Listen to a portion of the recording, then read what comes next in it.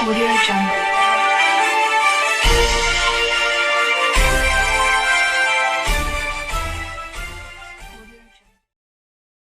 नमस्कार, आप देख रहे हैं हरिद्वार की गूंज। आइए नजर डालते हैं कुछ ताजा खबर पर। हमारे उत्तराखंड क्राइम प्रभारी मोहम्मद आरिफ की खास रिपोर्ट। खबर हरिद्वार से है, जहां राष्ट्रीय मजदूर कांग्रेस इंटक के तत्वाधान में सत्यम कंपनी के निष्कासित श्रमिकों ने अपने कार्य बहाली को लेकर एक रैली का आयोजन किया। यह रैली सत्यम कंपनी प्रबंधन और भाजपा सरकार के विरुद्ध प्रदर्शन करते हुए चिन्मय डिग्री कॉलेज से जिला कलेक्ट्रेट भवन तक पहुंची, जहां उन्होंने एडीएम के माध्यम से जिलाधिकारी के नाम अपनी मांगों को लेकर ज्ञापन प्रेरित किया है। वहीं श्रमिकों के समर्थन में पहुंचे कांग्रेस के पूर्व कैबिनेट मंत्री हीरा सिंह बिष्ट ने कंपनी प्रबंधन और भाजपा सरकार की कूटनीतियों के विरुद्ध तीखे वार भी किए हैं। उन्होंने कहा कि भाजपा सरकार की हठधर्मी के कारण सत्यम कंपनी से निष्कासित 300 परिवार आज दर दर की ठोकरें खाने को मजबूर हो गए हैं। रोजगार न होने के कारण श्रमिक अपने परिवार का पालन पोषण करने में भी असमर्थ हैं। लेकिन भाजपा सरकार और कंपनी प्रबंधन श्रमिकों की सूद लेने को तैयार नहीं है। इस अवसर पर राजवीर सिंह चौहान, पूर्व जिला अध्यक्ष तेलूराम प्रधान, राष्ट्रीय मजदूर कांग्रेस इंटक के जिला अध्यक्ष चौधरी भगत सिंह, सत्यम कंपनी के अध्यक्ष महिपाल सिंह रावत, राज्य संगठन मंत्री सतवीर चौधरी आदि श्रमिकों सहित कांग्रेसी कार्यकर्ता मौजूद रहे।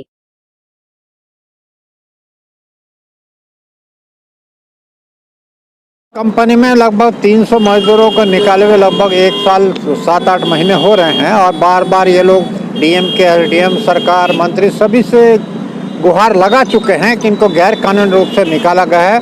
कोई नोटिस नहीं दिया, कोई इन्होंने शांति भंग नहीं की, कोई ऐसा काम नहीं किया।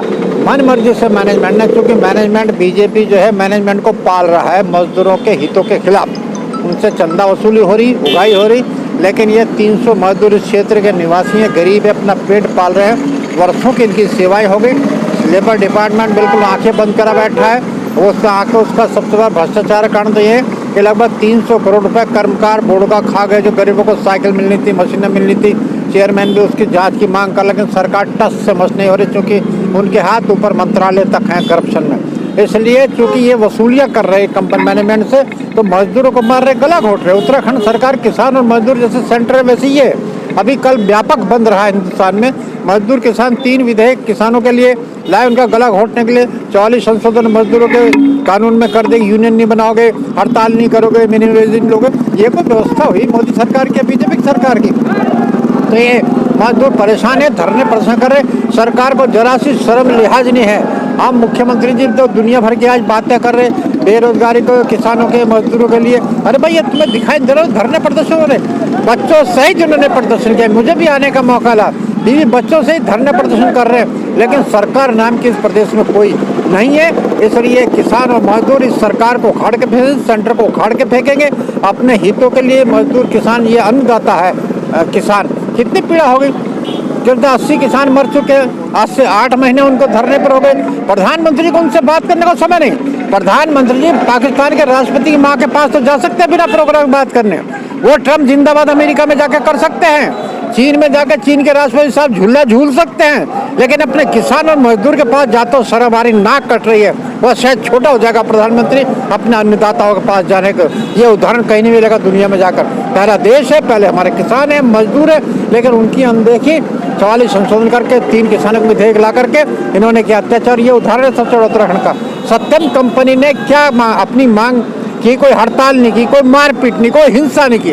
उसके बाद भी 300 मजदूरों को, चूंकि सरकार के मंत्री संतरी मुख्यमंत्री सब मिले हुए हैं, चंदा उगाही कर रहे हैं, कोरोना के नाम पर वसूलियाँ की गई हैं, और लेकिन मजदूर को देने कुछ नहीं। जो उसने डिमांड की तो उनको बाहर निकाल दिया गया। इसलिए कानून नाम की चीज़ नहीं, सरकार नाम की चीज़ नहीं। हम भ्रष्टाचार करते और मांग करते कि तत्काल ऐसे मैनेजमेंट के खिलाफ कार्रवाई की जाए। और हम तो बड़े शांतिपूर्वक ये वर्कर काम कर रहे, धरना प्रदर्शन कर रहे समय पर। ये वायलेंस हिंसा में न बदल जाए। मोदी सरकार वही इंतजार कर रही, किसान हिंसा करें तो हम गोली चलाएं। यहाँ भी राज्य सरकार यही करी कि ये लोग हिंसा करें, हम गोली चलाएं। लेकिन ये शांति प्रिय लोग हैं, ईमानदार से बच्चों का पेट कैसे पालेंगे? लगभग 7-8 महीने इनको सड़कों पर हो गए।